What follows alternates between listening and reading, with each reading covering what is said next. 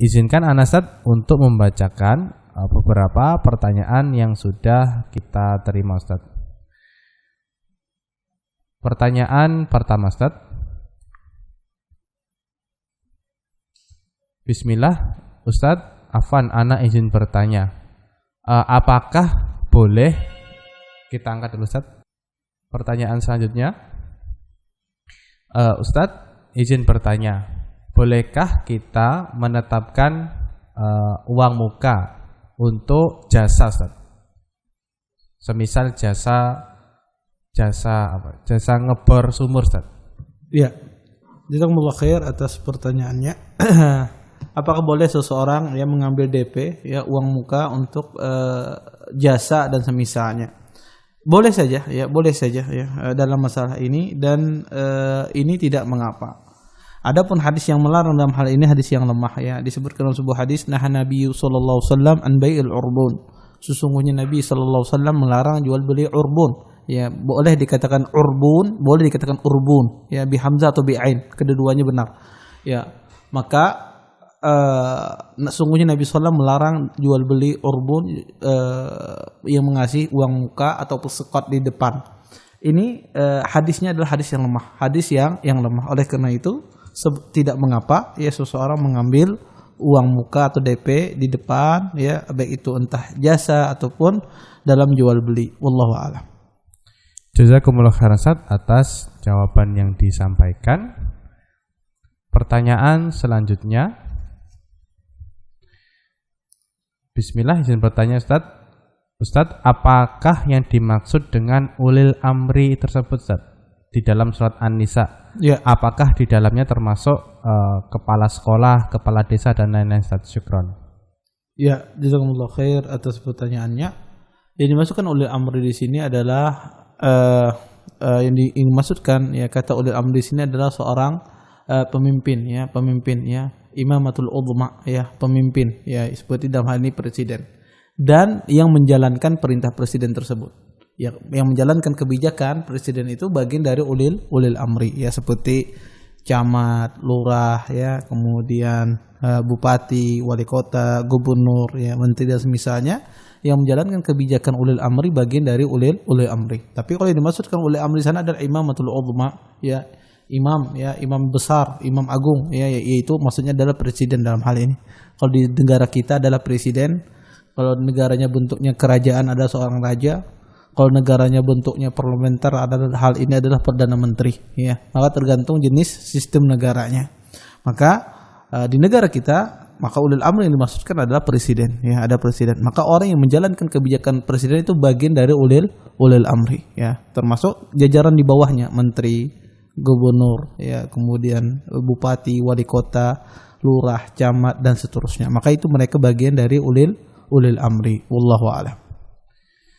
Dan saya RKM yang kami muliakan, kami masih menunggu pertanyaan dari pian di rumah. Silakan layangkan pertanyaan pian melalui via telepon di nomor 0822 11990937. Boleh juga melalui via pesan WhatsApp di nomor yang sama 0822 11990937. Di sini ada pertanyaan Ustaz.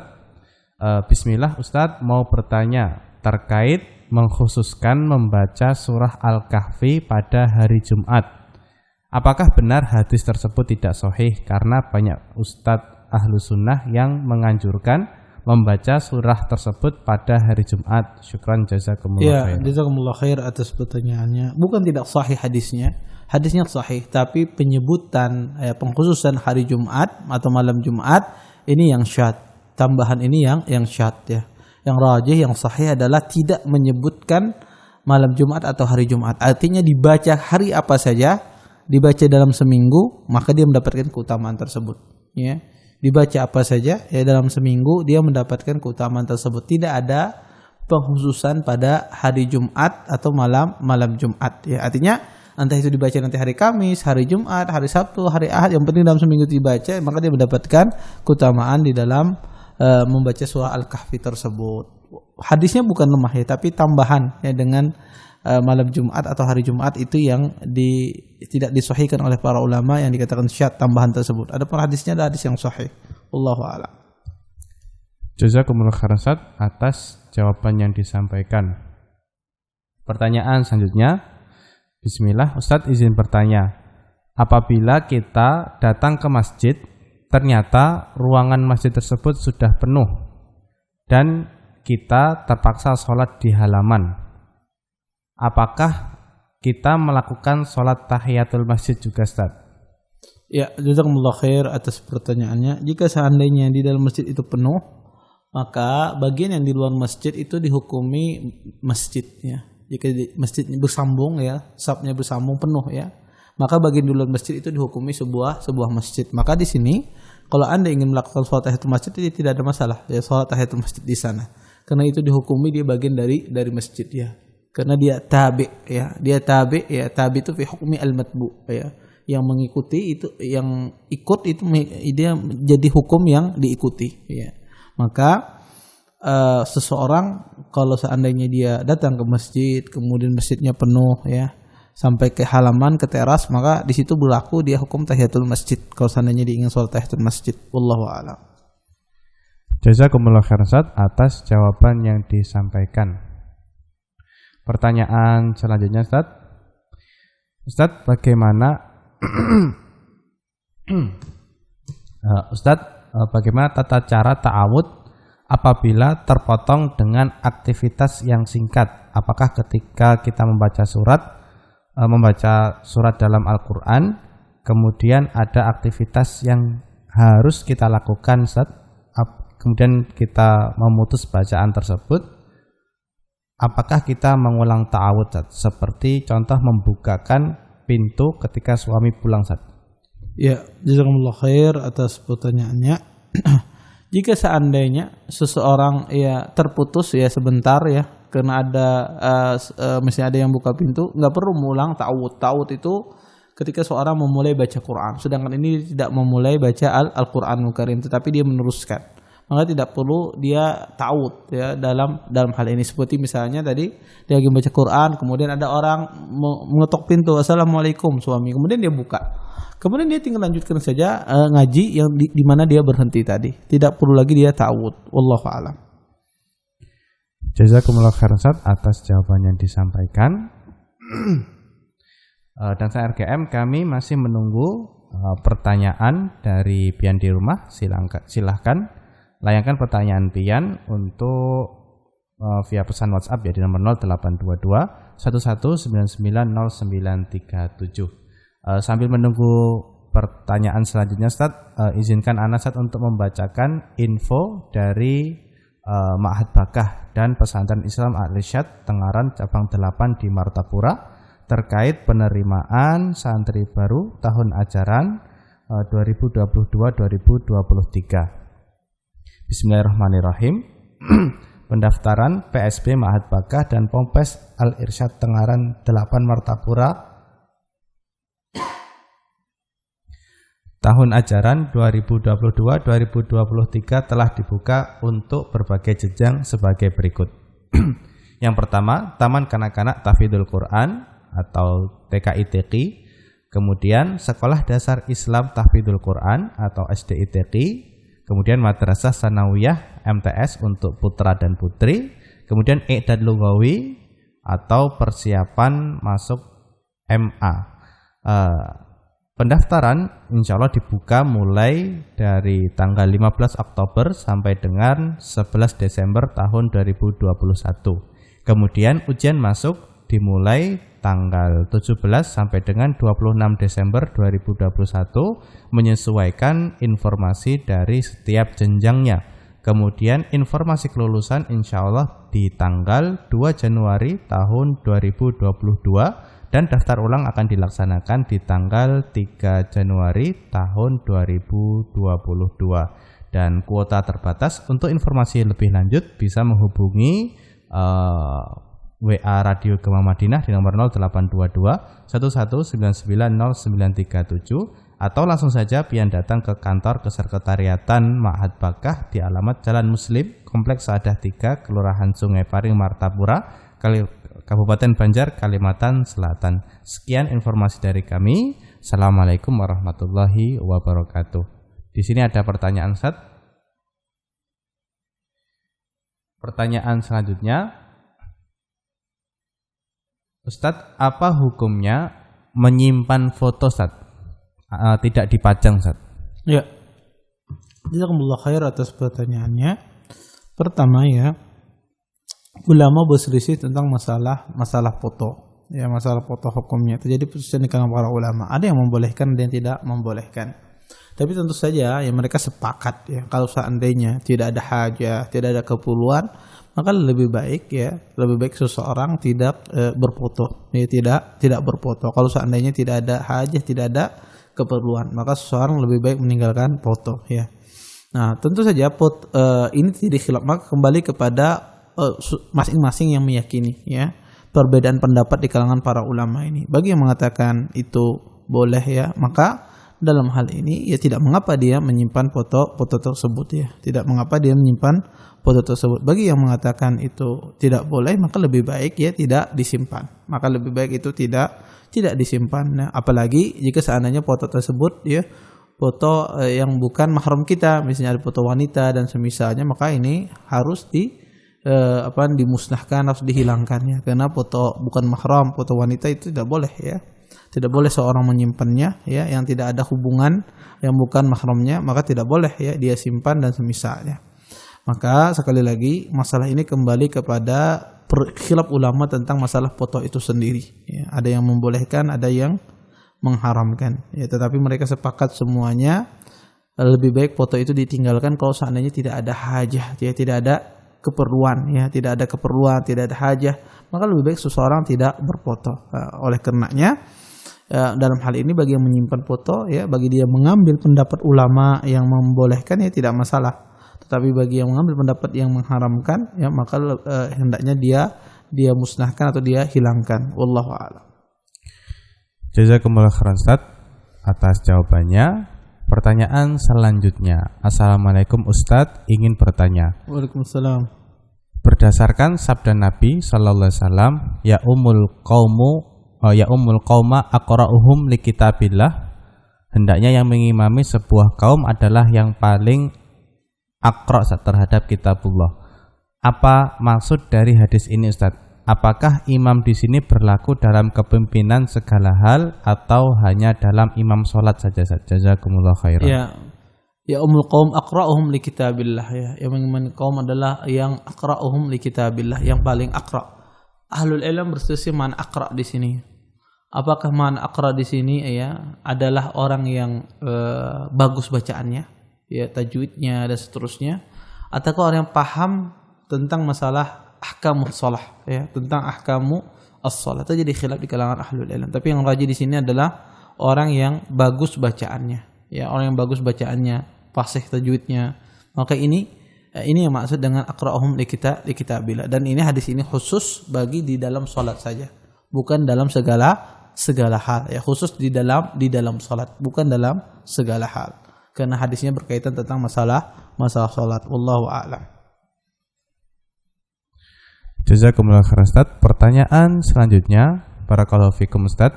Apakah kita harus ikut mengangkat tangan ketika imam memimpin doa setelah salat fardu Ustaz? Syukron. Ya, jazakumullah khair atas pertanyaannya. Ada 8 hadis yang berbicara tentang masalah doa setelah salat fardu. Ada 8 hadis yang berbicara tentang masalah doa tentang setelah salat fardu. Tetapi semua hadis tersebut adalah hadis yang lemah. Ya, semua hadis tersebut ya semuanya hadis-hadis yang lemah ya.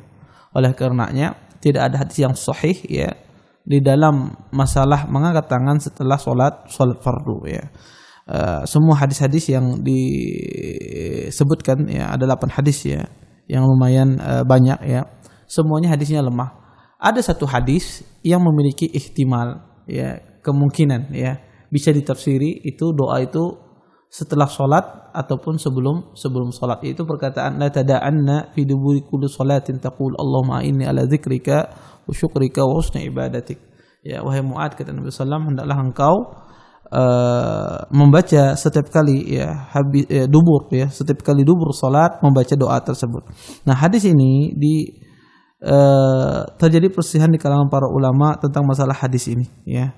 apa maksud dubur di dalam hadis ini? Apakah maknanya dubur di sini adalah setelah sholat ataukah sebelum sholat? Ya, terjadi khilaf di kalangan para ulama dalam masalah ini. Tapi yang rajih makna dubur di sini adalah maknanya adalah sebelum sholat, ya, karena kata dubur ya lebih cocok ya dimaknai adalah ketika di dalam sholat, bukan setelah sholat. Wallahu a'lam. Kita angkat dulu, Ustaz. Assalamualaikum. Halo. Assalamualaikum. Halo. Dengan Radio Gema Madinah. Waalaikumsalam. Silahkan pertanyaannya. Bapak mau nanya, Ustaz. Apa Ustaz, terputus Ustaz. Pertanyaan selanjutnya Ustaz, Ana bacakan. Ustaz, bagaimana batasan safar untuk orang yang berada di perbatasan kota, Ustaz? Ana ulang Ustaz pertanyaannya.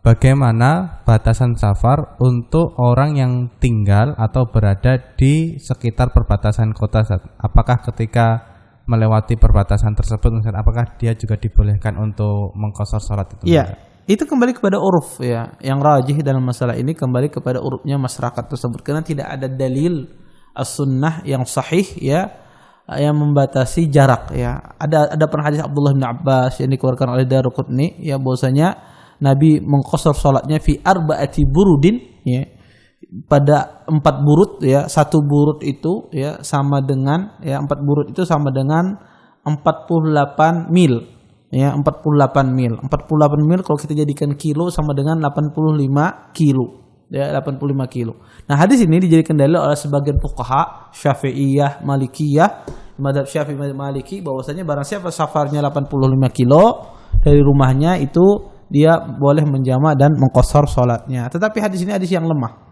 Hadis ini hadis yang lemah. Pertama, di dalam sanadnya ada seorang mujahid ya. Namanya Mujahid ya. Mujahid ini adalah seorang rawi yang matruk ya, ditinggalkan hadisnya. Kemudian juga di situ ada Ibnu Lahiyah, seorang mudallis ya, di dalam sanadnya. Sehingga hadis ini adalah hadis yang lemah, tidak bisa dijadikan dalil. Dan ini juga terjadi khilaf ya, apakah ini perkataan Ibnu Abbas atau perkataan Nabi sallallahu alaihi wasallam. Intinya hadis ini adalah hadis yang lemah. Maka yang benar adalah tidak ada dalil yang sahih yang menetapkan jarak. Maka ini dikembalikan kepada uruf di sebuah masyarakat. Jadi kalau urufnya Anda pindah ke tempat orang dikatakan safar di daerah Anda, ya walaupun jaraknya 3 kilo, 4 kilo misalnya, tapi dikatakan safar, maka safar. Tapi kalau seandainya di urufnya di masyarakat Anda tidak dikatakan safar, ya tidak safar. Wallahu a'lam. Jazakumullah khairan Ustaz atas jawabannya disampaikan. Di sini ada pertanyaan Ustaz.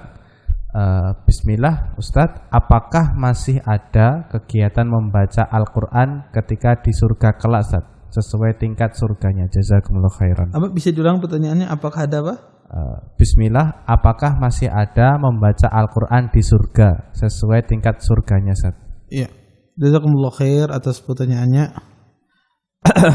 Apakah ada membaca Quran ya di surga ya sesuai dengan tingkat surganya? Iya. Jazakumullah khair atas pertanyaannya ya.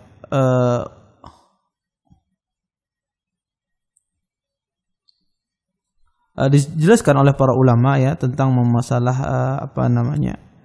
membaca Quran ya, tentang membaca Al-Qur'anul Karim di surga. Yang jelas ya para ahlul ilm ya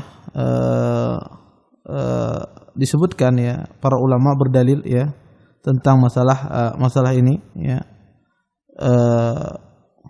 Mereka berdalil dalam Sunan Ibnu Majah ya, disebutkan di sana ya bahwasanya ya seseorang ketika ya membaca Al-Qur'an ya, maka seseorang ya dia berhenti, kata Allah Subhanahu wa taala, seseorang kedudukannya di surga di akhir ya ayat ya apa yang dia baca ya, di akhir apa yang dia baca ya, dia baca ya.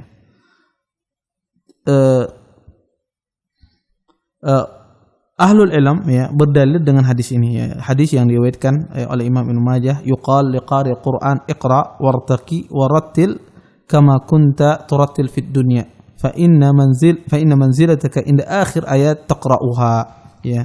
Dikatakan ya kepada orang yang membaca Al-Qur'an, dikatakan baca ya. Ya, dan tartilkanlah ya sesungguhnya ya sebagaimana kamu mentartilkan di dunia, sesungguhnya kedudukanmu ya di akhir ayat yang engkau baca ya. Berdasarkan dalil ini sebagian ahlul ilm berdalil bahwasanya orang nanti akan membaca juga Quran di surga ya. Berdasarkan ya dalil ini sebagian ahlul ilm berdalil tentang bahwasanya dia akan baca juga di surga, dan ini juga sebagian kata ahlul ilm bisa meningkatkan derajatnya di surga. Ketika dia baca di surga itu bisa meningkatkan derajatnya di surga. Wallahu alam ya. Terjadi sebagian ahlu ilm ya, dan itu yang ditafsirkan oleh Manawi ya, dalam Faidul Qadir ya. Beliau menafsirkan demikian ya, demikian. Wallahu alam ya. Dan saya tidak mengetahui apakah ada khilaf ulama yang menafikan muslim tidak membacanya di surga, tetapi ya dikatakan oleh sebagian surah seperti Manawi dalam Faidul Qadir, beliau berdalil dengan hadis yang saya bacakan tadi tentang bahwasanya orang ahlu jannah itu juga membaca Al-Qur'anul Karim. Wallahu a'lam. Jazakumullah khairan Ustaz atas jawaban yang disampaikan. Pertanyaan selanjutnya Ustaz, saya izin bertanya, apakah tolak dan rujuk harus ada saksi Ustaz? Ya. Jazakumullah khair atas pertanyaannya. Talak dan rujuk tidak perlu saksi. Ya, seorang mentalak seseorang atau merujuk seseorang tidak perlu saksi. Adapun hadis yang mewajibkan saksi ketika talak dan rujuk, hadisnya adalah hadis yang lemah. Wallahu a'lam. Jazakumullah khairan Ustaz atas jawaban yang disampaikan. Pertanyaan selanjutnya. Assalamualaikum warahmatullahi wabarakatuh. Ustaz, ana izin bertanya. Apakah hukum memajang figura yang tulisannya bercampur ada ayat Al-Quran dan kalimat yang lain, contoh bertuliskan Allah, seperti mirip tulisan pintu Ka'bah? Jazakumullah khairan. Figura terus apa namanya? Ada ayat Al-Quran dan kalimat yang lain Ustaz, tapi kalimat yang lain ini bertuliskan nama Allah Ustaz, seperti mirip pintu Ka'bah Ustaz. Iya, jazakumullah khair. Jika seandainya ayat Quranul Karim kemudian di dalam dia tidak bercampur dalam ayat, ya pertama tidak boleh seseorang mensisipkan kata-kata di antara ayat Al-Quranul Karim, tidak boleh ya. Tapi kalau seandainya misalnya sisi kanannya ada ayat Quran, sisi kirinya ya tulisan yang lain, boleh tidak semacam ini boleh. Tetapi sebagaimana saya jelaskan ya, Al-Quran itu tidak jadikan dipajang. Makanya para salaf itu yukrah ya, mereka menjadikan Quran itu pajangan ya, hiasan tembok rumah ya, karena tujuan Quran diturunkan itu untuk dibaca, dipahami dan diamalkan, bukan untuk dijadikan sebagai sebagai hiasan atau sebagai ukiran rumah dan semisalnya. Bukan itu diturunkan Al-Quran. Quran diturunkan untuk dibaca, diamalkan dan dipahami. Wallahu a'lam. Jazakumullah khairan Ustaz atas jawaban yang disampaikan. Pertanyaan selanjutnya Ustaz, izin bertanya, Ustaz, kadang saya memberi sedekah atau membeli dagangan atau mencantuni fakir miskin karena kasihan. Belakangan ini saya melihat orang tersebut melakukan hal-hal yang dilarang oleh Allah Subhanahu wa ta'ala. Lalu saya berniat tidak memberi sedekah atau tidak membeli dagangannya lagi karena saya berpikir dia akan menggunakan uang yang saya berikan untuk membeli sesuatu yang diharamkan oleh Allah tersebut. Benarkah tindakan saya ini Ustaz? Ya, jazakumullah khair atas pertanyaannya. Jika seandainya Anda yakini apa yang Anda berikan nanti itu dia akan menggunakan sesuatu yang haram, yang gak usah dikasihkan. Cari fakir miskin yang bertakwa, yang kepada Allah Subhanahu wa ta'ala, itu yang Anda kasih. Tapi kalau seandainya ya orang yang Anda kasih itu dia orang fakir Ustaz, tapi digunakan untuk bermaksiat, maka jangan dikasih ya. Anda cari, asalnya kita mengasih sedekah gitu, harta kita itu kita cari orang yang bertakwa. Karena kita berusaha yang memakan dari harta kita itu adalah orang yang bertakwa ya. Kita usahakan demikian. Ya maka cari, dan itu banyak ya orang fakir miskin yang Masya Allah rajin sholat, rajin ibadah ya, bertakwa kepada Allah. Kadang-kadang mereka tidak mau meminta, tidak mau menampakkan di hadapan manusia. Itu yang kita cari ya. Makanya kadang juga orang yang mengasih harta ini seleksi ya, selektif ya, mengasih harta tersebut. Cari orang-orang yang demikian ya, agar tidak memakan harta Anda kecuali orang-orang yang bertakwa ya, bertakwa sehingga digunakan harta Anda dalam ketaatan kepada Allah Subhanahu wa taala. Wallahu a'lam. Jazakumullah khairan Ustaz atas jawaban yang disampaikan. Sebelum Ana bacakan pertanyaan selanjutnya Ustaz, izinkan Ana membacakan informasi dari Yayasan Sa'adah Martapura. Bismillah, Yayasan Sa'adah Martapura mengajak pendengar Radio Gema Madinah dalam kegiatan donasi pembangunan Ma'had Bakah Putri. Bagi pendengar yang ingin berpartisipasi dalam kegiatan amal jariah ini, silahkan berdonasi melalui rekening Bank BSI di nomor 7099 203506 atas nama Yayasan Sa'adah Martapura. Kemudian konfirmasi via pesan WhatsApp di nomor 0819 5458 433 bersama Ustadz Saufi Muhsin Tarlib. Untuk informasi lebih lanjut bisa menghubungi WA Radio Gema Madinah di nomor 0822 11990937. Nah, Ustadz, pertanyaan selanjutnya. Ustadz, ada dua orang yang menyewa barang yang sama dalam tanda kurung tenda Ustadz. Di sini diceritakan si A menyewa di tanggal 17 dan si B menyewa di tanggal 18. Ternyata si A ingin menambah hari penyewaan hingga tanggal 18. Apakah akad dengan si B itu dibatalkan, Ustaz? Ya, jazakumullah khair atas pertanyaannya. Maka sebetulnya kalau sudah terjadi akad ya, seorang muslim itu ala syurutihim ya, seorang muslim itu sesuai dengan syaratnya. Kalau dia sudah berjanji tanggal 18 untuk si fulan, tanggal 17 untuk si fulan, maka jangan seorang membatalkan karena dia melanggar janjinya. Maka orang muslim al-muslimuna ala syurutihim, seorang muslim sesuai dengan syaratnya. Dia sudah berkomitmen demikian, maka dia harus memenuhi komitmennya. Tidak boleh seorang melanggar janjinya. Wallahu a'lam. Jazakumullah khairan Ustaz atas jawaban yang disampaikan. Pertanyaan selanjutnya. Ustadz, bolehkah seorang wanita untuk berziarah kubur, Ustadz? Ya, jazakumullah khair atas pertanyaannya. Ya, terjadi khilaf ya di kalangan para ulama ya tentang masalah wanita tentang ziarah kubur ya. Apakah boleh ya ataukah tidak ya? Terjadi khilaf yang luar biasa di kalangan para ulama dalam masalah ini ya. Sebagian ahlul ilm ya memandang bahwasanya tidak diperbolehkan kaum wanita untuk ziarah kubur ya, ziarah kubur ya. Sebagian melihat ya karahah ya, sebagian melihat makruh ya.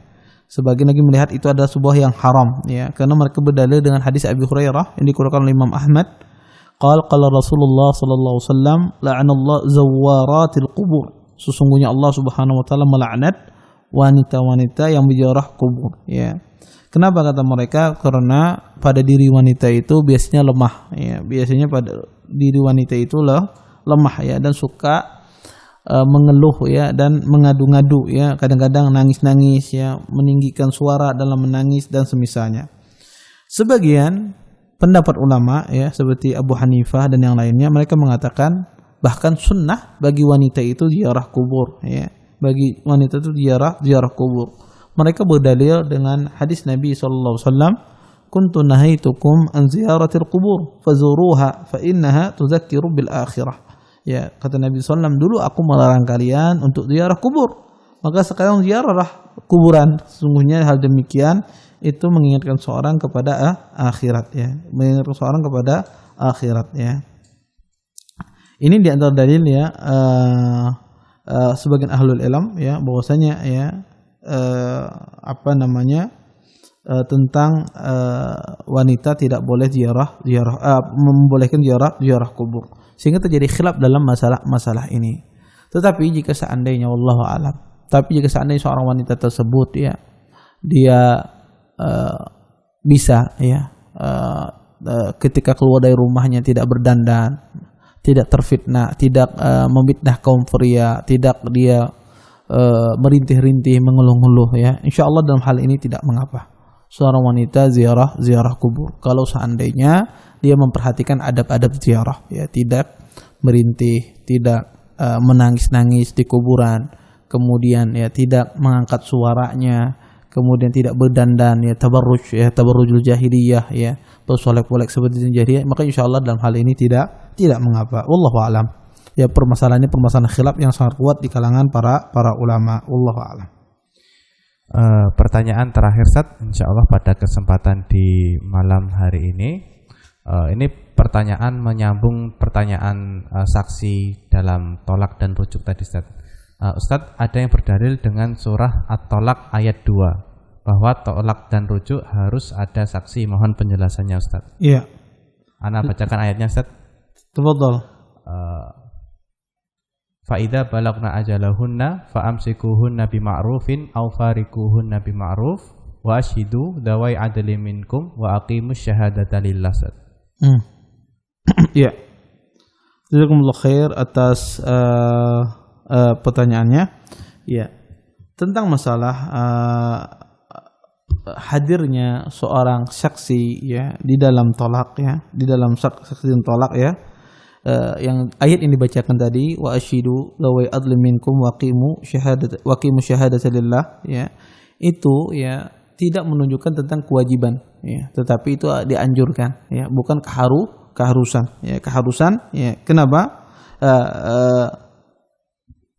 Dan ulama berselisih dalam masalah ini ya. Apakah yang dimaksudkan saksi di sini adalah saksi dalam tolak ataukah saksi dalam rujuk ya? Saksi dalam masalah rujuk. Terjadi khilaf mufassirin di dalam ayat ini. Apakah ini dimaksudkan di situ adalah dua saksi dalam masalah talak ataukah dua saksi di dalam masalah rujuk? Dan bisa jadi dimaksudkan adalah keduanya. Bisa jadi yang maksudkan keduanya. Tetapi ya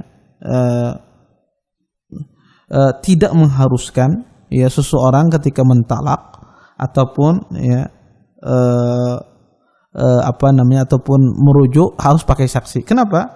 Karena Allah Ta'ala berfirman ya, dalam surah Al-Baqarah juga ya, wa bu'ulatuhunna ahqqu biraddihinna fi dzalika in aradu islaha. Kata Allah Subhanahu wa taala, dan suaminya lebih berhak ya untuk dia kembali kepada istrinya jika mereka menginginkan islah kebaikan. Di ayat ini Allah tidak mensyaratkan at-talaq. Berdasarkan ayat ini kata para ulama tidak mensyaratkan wujud itu dengan saksi ya, karena Allah tidak mensyaratkan di dalam ayat ini saksi. Oleh karenanya kata ahlul ilm ya, talak ya ataupun rujuk tidak mengharuskan pakai saksi.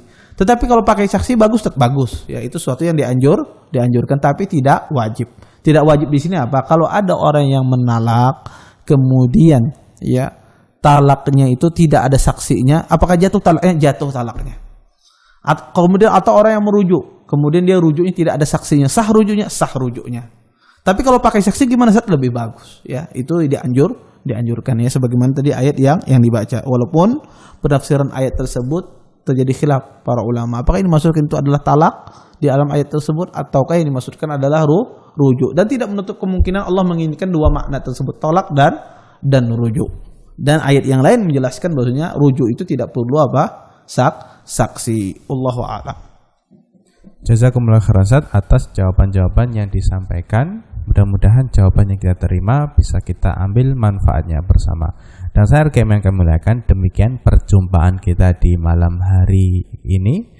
Semoga pertemuan kita menjadi ganjaran yang agung di sisi Allah Subhanahu wa taala. Kami juga mengucapkan jazakumullah khairan kepada Ustadz Haikal yang sudah berhadir di malam hari ini.